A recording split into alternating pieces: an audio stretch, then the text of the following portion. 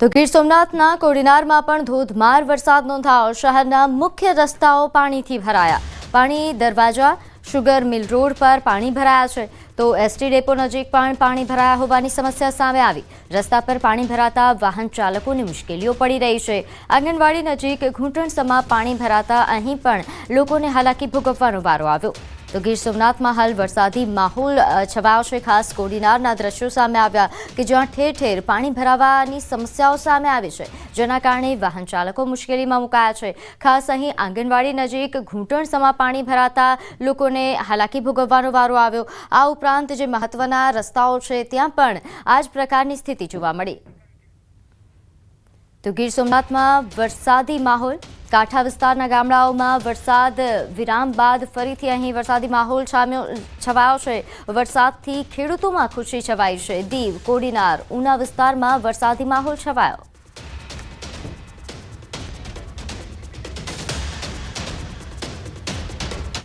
હવે નજર કરીએ અન્ય સમાચારો પર। તો અમદાવાદમાં આત્મવિલોપનનો પ્રયાસનો મામલો, જેમાં પોલીસે જાણવાજોગ ફરિયાદ દાખલ કરી છે।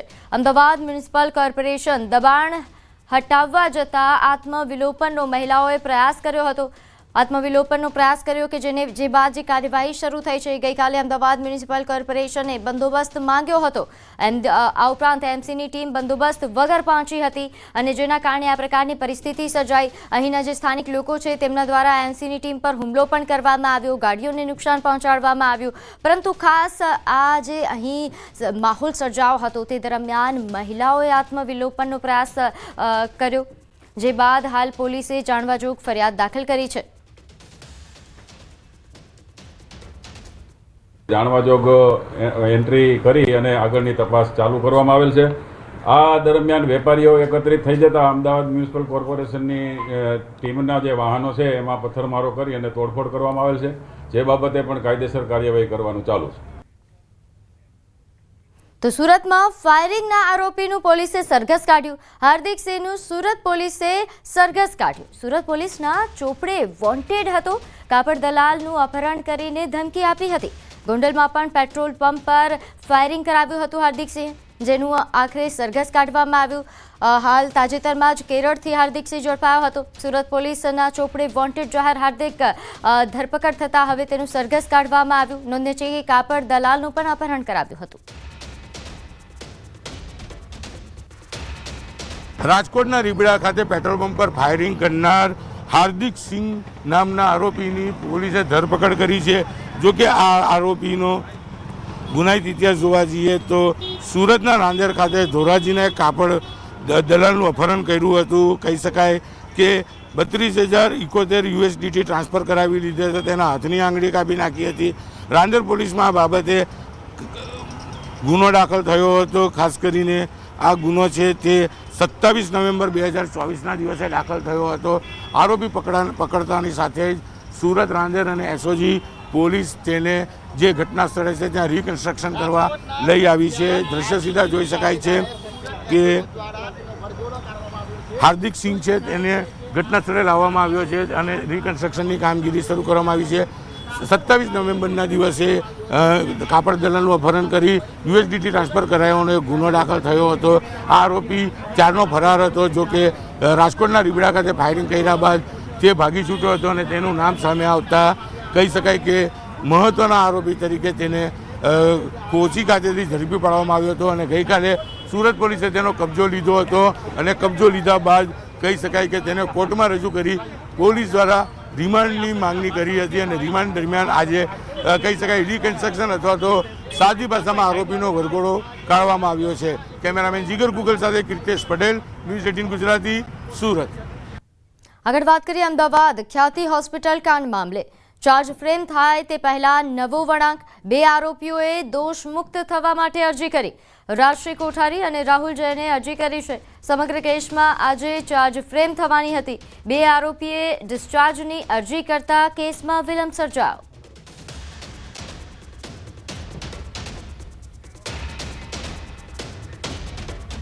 વડોદરામાં સેન્ટ્રલ યુનિવર્સિટીમાં હોબાળાનો મામલો। યુનિવર્સિટીએ મેસનો કોન્ટ્રાક્ટ રદ કર્યો। 2 દિવસમાં ટેન્ડર પ્રમાણે બીજા કોન્ટ્રાક્ટરને અહીં આપવામાં આવશે કોન્ટ્રાક્ટ. નોંધે છે કે બ્રેડ અનાજમાં જીવડા દેખાતા હોબાળો થયો હતો. વિદ્યાર્થીઓના હિતમાં યુનિવર્સિટીનો નિર્ણય છે. છેલ્લા 15 દિવસથી વિદ્યાર્થીઓ રજૂઆત કરી રહ્યા હતા અને આખરે આ મહત્વપૂર્ણ નિર્ણય લેવાયો.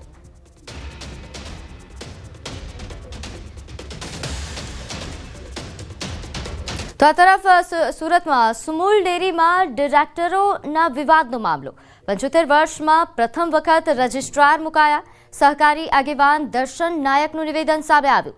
ડિરેક્ટરો એકબીજાના લાભ માટે લડી રહ્યા હોવાનું નિવેદન. ડિરેક્ટરો સામે તપાસ કરવી જોઈએ. મેન્ડેટ લઈને સામે વિવાદ થયો હતો. મેન્ડેટને લઈને વિવાદ થયા હોવાની વિગત છે.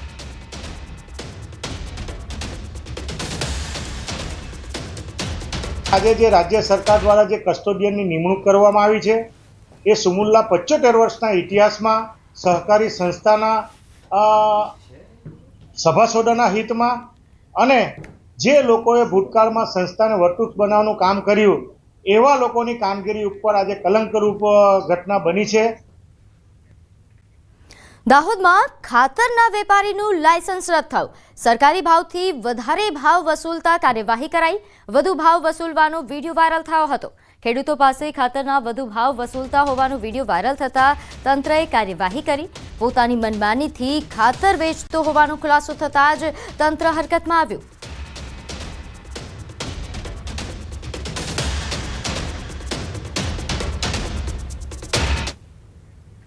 તો સુરતમાં ભારે વાહનોના અકસ્માતને લઈને ટ્રાફિક પોલીસે કાર્યવાહી કરી.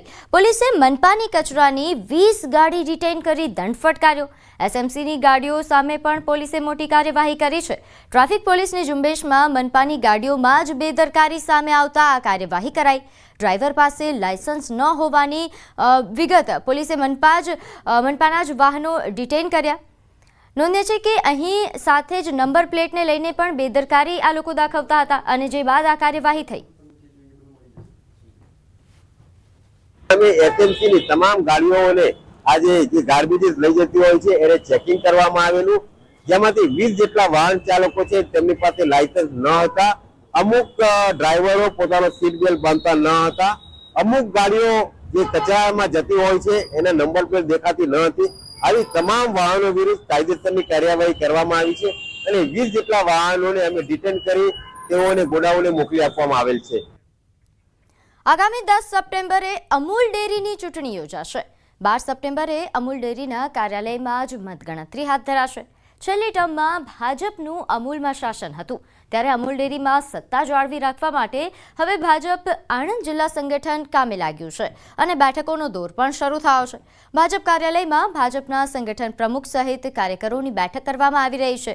ઉલ્લેખનીય છે કે આણંદ સ્થિત ખેડા જિલ્લા દૂધ ઉત્પાદક સંઘ લિમિટેડની સ્થાપના 79 વર્ષ પૂર્વે થઈ હતી, જેના થકી દૂધ ઉત્પાદનના વ્યવસાયમાં પશુપાલકોને આકર્ષક રોજગારી મળતી થઈ અને આજે અમૂલની ફક્ત દેશમાં જ નહીં પરંતુ વિદેશમાં પણ બોલબાલા છે.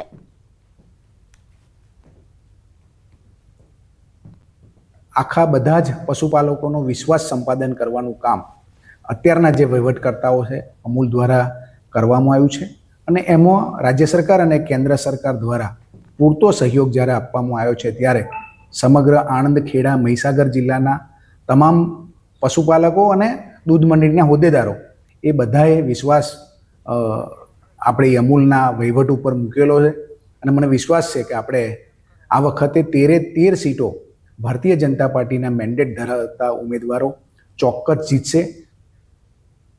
લક્ઝરી બસો પર ગેરકાયદેસર કેરિયર લાગેલા હશે તો આરટીઓ વિભાગ કાર્યવાહી કરશે. આરટીઓ વિભાગે અલગ અલગ સ્થળ આઈડેન્ટિફાઈ કરી બસ માલિકોને 8 લાખ જેટલો દંડ ફટકાર્યો છે. બસની છત પર કેરિયર રાખવાનો કોઈ પણ પ્રકારની મંજૂરી આપવામાં નથી આવી. તહેવારોમાં ભીડનો લાભ ઉઠાવી બસ માલિકો છત પર પણ મુસાફરો બેસાડતા હોય છે, ત્યારે હવે બસ માલિકો સામે આરટીઓ વિભાગે લાલ આંખ કરી છે. હાલમાં જેટલા પણ પ્રાઇવેટ લક્ઝરી બસ છે કે અન્ય જેટલી પણ બસો છે તે તમામમાં જે ઓવરહેડ સામાન ભરવાનું છે એ નિયમ વિરુદ્ધ છે. આ તમામમાં જો સામાન ભરે છે કોઈ પબ્લિક પણ બેસાડે છે તો આમાં બ્રીચ ઓફ પરમિટનો એમાં ચલણ ઇસ્યુ થાય છે અને પરમિટ ભંગનો જે ગુનો છે તે બદલ એમને દંડનીય કાર્યવાહી પણ હાલમાં કરવામાં આવી રહી છે. સુરતના રાંદેર વિસ્તારના રામનગરમાં આવેલ પાકિસ્તાની મહોલ્લાનું નામ બદલવામાં આવ્યું. હિન્દુસ્તાન મહોલ્લો તકતીનું અનાવરણ કરવામાં આવ્યું. આ મામલે ગુજરાતના પૂર્વ કેબિનેટ મંત્રી પુણેશ મોદી દ્વારા રજૂઆત કરવામાં આવી હતી, જે બાદ મહાનગરપાલિકાની સાંસ્કૃતિક સમિતિએ ઠરાવ કરી પાકિસ્તાની મહોલ્લાનું નામ બદલીને હિન્દુસ્તાન મહોલ્લો કર્યું, જેનું અનાવરણ પૂર્વ મંત્રી પુણેશભાઈ મોદીના હસ્તે કરાયું. જે લોકવાયકા હતી પાકિસ્તાની મોલ્લો એ દૂર કરી હિન્દુસ્તાની મોલ્લો તરીકે આપણે એને પ્રસ્થાપિત કર્યું અને અહીં વસતા જે લોકો છે એના આધાર કાર્ડ કે રેશન કાર્ડમાં જે તે વખતે લોકવાયકાના કારણે લખાઈ ગયું હોય પાકિસ્તાની મોલ્લો એને પણ હવે સુધારવાનું છે. અમારો નવી કોલેજ મુકામે અમારો એક સેવા સેતુ કાર્યક્રમ પણ આ રવિવારે છે, તો એમાં પણ આ જ્યારે જેના આધાર કાર્ડમાં પાકિસ્તાની મોલ્લો લખાયેલો હશે એ સુધારીશું પણ ખરા. આઝાદીના ઉત્સવમાં વડોદરા વાસીઓ પણ સહભાગી બન્યા. સમગ્ર વડોદરા શહેર તિરંગામય બન્યું છે. વડોદરા શહેરને દેશભક્તિની થીમ પર શણગાર કરાયો છે. દેશભક્તિના રંગમાં રંગાયેલા વડોદરા શહેરના ડ્રોન વિડીયો સૌ કોઈને મંત્રમુગ્ધ કરી રહ્યા છે. કીર્તિસ્તંભ, ન્યાય મંદિર, લાલકોટ, કાલાઘોડા, ફતેગંજ તેમજ ખંડેરાવ માર્કેટ, ગાંધીનગર ગૃહ સહિતના વિસ્તારને શણગાર કરાયો.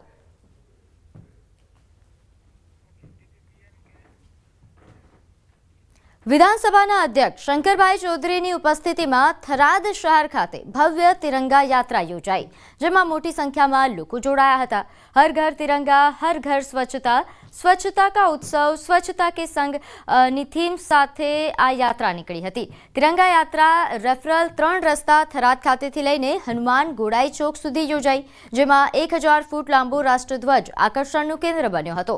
સાથે જ પોલીસ જવાનો દ્વારા પોલીસ બેન્ડ, ઘોડેસવારી પ્લાટૂન સહિત દરેક નાગરિકના હાથમાં રાષ્ટ્રધ્વજ સાથે ભારત માતા કી જય અને વંદે માતરમના નારા સાથે થરાદ નગર દેશભક્તિના રંગે રંગાયું હતું. હર ઘર તિરંગા આજે થરાદ જાણે તિરંગામય થઈ ગયું હોય, દેશભક્તિના રંગે રંગાયું હોય તેવું દરેક નાગરિકો હજારોની સંખ્યામાં આજે બહાર આવ્યા, સાથે જોડાયા. તેમજ તિરંગા યાત્રાનું ભવ્ય સ્વાગત ફૂલ પુષ્પોથી કર્યું. અલગ અલગ એની પરંપરાઓ પ્રમાણે પાઘડી સહિતનું સ્વાગત કરીને ફુલારોથી તિરંગાનું આન બાન અને શાન જળવાય તે પ્રમાણેનું સ્વાગત કર્યું. તો ભુજમાં પણ ભવ્ય તિરંગા યાત્રાનું આયોજન કરવામાં આવ્યું. જિલ્લા કલેક્ટરના માર્ગદર્શન હેઠળ જ્યુબિલી સર્કલથી હમીરસર તળાવ સુધી મુખ્ય માર્ગો પર વિશાળ રેલી કાઢવામાં આવી. વિશાળ તિરંગા સાથે નીકળેલી આ યાત્રા એ આકર્ષણનું કેન્દ્ર બની હતી. યાત્રામાં સાંસદ, ધારાસભ્ય સહિત મોટી સંખ્યામાં લોકો જોડાયા હતા. સમગ્ર શહેર દેશપ્રેમના રંગે રંગાયું હતું.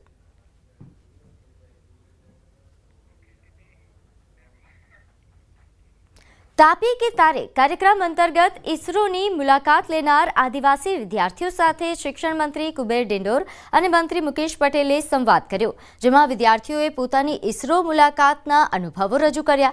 વિદ્યાર્થીઓ અને વૈજ્ઞાનિક વચ્ચે થયેલા સવાલ જવાબની પણ માહિતી મેળવી. સાથે જ વિદ્યાર્થીઓને આ યાદગાર મુલાકાત બદલ અભિનંદન પાઠવ્યા. 28 વિદ્યાર્થીઓ જે ઇસરોની મુલાકાતે ગયા એમાં મારી 20 તો મારી દીકરીઓ છે. એ ગૌરવની બાબત, મારા સમાજ માટે ગૌરવની બાબત છે. અને 8 આપણા દીકરાઓ છે. એ બધા જ મળીને પ્રયોજના વહીવટદારશ્રી અને એમની પૂરી ટીમ અને અમારા શિક્ષક મિત્રો જેમને આની પાછળ મહેનત કરી છે, એ સ્ટાફ મિત્રો, એમને પણ હું શુભેચ્છા પાઠવું છું. જે એક આદિવાસીના દીકરાઓ વૈજ્ઞાનિકોને સવાલ પણ કરતા હતા, એ સવાલમાં વૈજ્ઞાનિકો પણ નિંદામાં મુકાઈ જતા હતા. એવા સવાલો આ તાપી જિલ્લાના તાલાઓએ જે કર્યો છે એને અભિનંદન આપું છું. કંઈક એમને પોતાનો બી અનુભવ કર્યો છે. કાયમ માના ચોખાના રોટલા ખાવાવાળા દીકરા દીકરીઓ આજે પ્રથમવાર દીકરા દીકરીઓએ ઢોસા પણ ખાવાનો અનુભવ ત્યાં લીધો છે. એટલા માટે પણ એ લોકો ખુશી વ્યક્ત કરે છે. સ્વતંત્રતા દિવસ 2025ના અવસરે પોલીસ, ફાયર, હોમગાર્ડ અને નાગરિક સંરક્ષણ અને સુધારાત્મક સેવાઓના 1090 કર્મચારીઓને શૌર્ય સેવા ચંદ્રકો એનાયત કરવામાં આવશે. ગુજરાતના 23 પોલીસ કર્મીઓ માટે પણ મેડલની જાહેરાત કરવામાં આવી, જેમાં 2 પોલીસ કર્મીઓને વિશિષ્ટ સેવા માટે રાષ્ટ્રપતિ ચંદ્રક એનાયત થશે તો 21 પોલીસ કર્મીઓને મેરિટોરિયસ સેવા માટે ચંદ્રકથી સન્માનિત કરાશે. તો ગુજરાતના 23 પોલીસ કર્મીઓને ચંદ્રક મળશે. નોંધે છે કે ગુજરાતનું આ ગૌરવ સમાન 2 પોલીસ કર્મીઓ કે જેમને રાષ્ટ્રપતિ ચંદ્રક એનાયત કરવામાં આવશે, આ રાષ્ટ્રપતિ ચંદ્રકથી તેમને એનાયત કરવામાં આવશે.